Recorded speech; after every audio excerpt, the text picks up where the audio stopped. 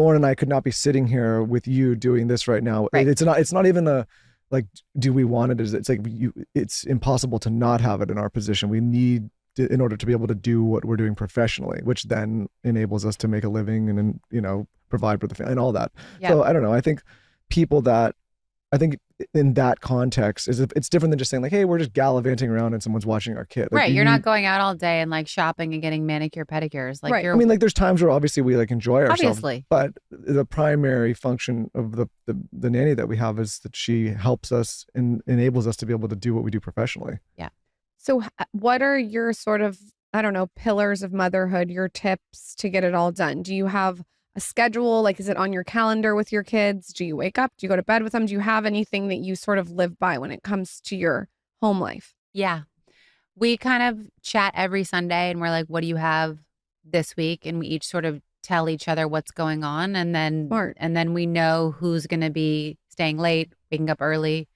Actually, my husband is the only one that wakes up early because this kid wakes up at 6 and I'm still breastfeeding him. So he's in the bed with me because I co-sleep with all my children when Love they're it. little. And so I'm like, if I'm up a lot in the night, he's like, I'm cool to take the morning shift. So he's usually up. Because he's up, I wake up around 7:45. And then we divide and conquer on the school lunches. He's usually making breakfast. And then we also alternate drop off depending on who has what. So it's really that Sunday meeting that sets us up. And then I know where to fill in the holes. So like when it comes to filling in the holes, like I'm the one that schedules the babysitter or their school activities. But then I don't know, we just sort of have this dance. Like I know he's going to handle this one's birthday and I'm going to handle the next one's. We have a flow and a rhythm to it that it's kind of like we each know the areas that each other are in. Like he'll plan the vacations. What does he do for a living? And is he like, do you guys have like a date night schedule? How do you guys water your relationship? We talked about watering our relationship the other day. He's a director Okay. of commercials Cool. for the most part. Yeah. Does he direct anything for your brand? No, he fired me as a client. Okay. He said I treat him rudely when Ugh. he works with me, but he gets the best out of me. That's the irony is I'm like, ugh, he's making me do this again. He's like, you're so mean to me. Like, I don't want to work with you. He fired you. He fired me. Maybe he'll rehire you after Housewives because you could do like another commercial with all the girls. Just start a podcast with him Yeah. and see how that goes. Oh my God. That'd be fun. So how do you guys Um, prioritize? I don't think we do the best job of watering our relationship. Like date nights are probably once a month because the guilt that I feel because I am traveling a lot or sometimes I do work late. I'm just like, I can't do another night out where I it's get just you and me.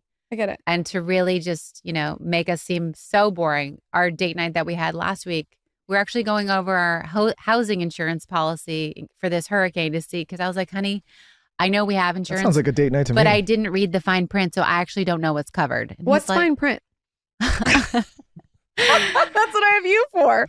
Right. Fine So print then he's like- is not my area. I was saying if I was like a bigger scumbag, I could all Horrible. of our money could be siphoned fine out and print like you would have is no. so I could just be boring. like, Right. Get a husband to read the fine print. Well, he was like, I thought you read the fine print because you handled the insurance. And I was Lauren- like, I just signed it. It looked good. I got hurricane, but not flood insurance. But I don't know if wind is covered. And he's Lauren like, is so wild. let's do She that. leaves the house with no credit card, no ID, no gas in the car, you are freeballing. runs out of I gas can't on be the bothered. freeway. No. It takes away from my capacity to So put other runs out of places. gas on the freeway, has no way to identify herself, has no way to pay for anyone to help. I and do it's just- like running out Didn't of you gas. get though. arrested? Did I get arrested? We're not having a license? It's No, I insane. have a couple tricks that I do when I get You pulled share over. But you know what? Yeah, Like, I have she'll actual get real pulled tricks. over, and these guys, they always let. She's like, "Oh, they always let me go," and I'm like, "Listen, they pull me over, they never let No, me go." it's Like, not about my boobs or anything I like was that. just I gonna have go some there. tricks. I have some tricks. Yeah, I'm sure that the guy looks at you, he's like, "Oh," he lets you go. For me, he's like, "We're throwing the book at you, buddy." I like running out of gas though because Why? I can pull over on the side of the road and then I almost feel a little helpless, like someone's coming to get me, and I can just work on my phone. Let me tell you something. There is not a man listening to this or in this room that would ever venture out into the world with no No. credit card ID and think it's going to work out for them. I have There's just no- wallet on my phone, but it's on 3%. it's insane to me that You're this living happens. on the edge. Name And there's no payphones now. So you really can't call for help. If you're a man, and you're like, "Listen, sir, I don't have any ID or any money. I like I the need help." adrenaline They're rush, like, like you said, maybe a little bit. someone's going to Limit on the smack edge. you away. You know? Everyone in this studio, raise your hand if you read the fine print. I read the fine print. No, oh, okay, he reads the fine print. What's your name? Michael. The two Michaels read the fine print. Oh No one my else reads it. God. There's a lot of people in here. I just was like, wind? Sure. Or at I'm least here. have somebody help you read the fine print. I do. You. That's the point. Yeah. You know? Same in my marriage. I'm like, you got to read the fine print, babe. What does your husband think of you joining Roni? His exact words were, this is your decision. I'll do which way you want. And I was like, went to say to him, I was like, okay, today's the day. I got to like, yay or nay. And I think I'm going to do it. He's like, you're fucking crazy, but here we go. And I Does was he like, have to participate? no, he did not. Does he 'Cause want to be I'm on a it? friend of. You're a friend of. Yeah. Yeah, but I bet next season you'll be. I was going to say, because the husbands, I think the biggest liability for that show or the franchise, and again, like I viewed, it's the husbands. A By lot the of those way, husbands get taken out. Big housewife watcher. Yeah, I'll watch it. So do you We've had like Jenna on the show. Hobbit or Abe? Who do you like? Yeah, who's your Mel? favorite? No, I don't have a favorite, but I just watch what happens to some of these guys, and it doesn't end well for a lot of them. I think that's fine that your husband's not on it. He will not go on.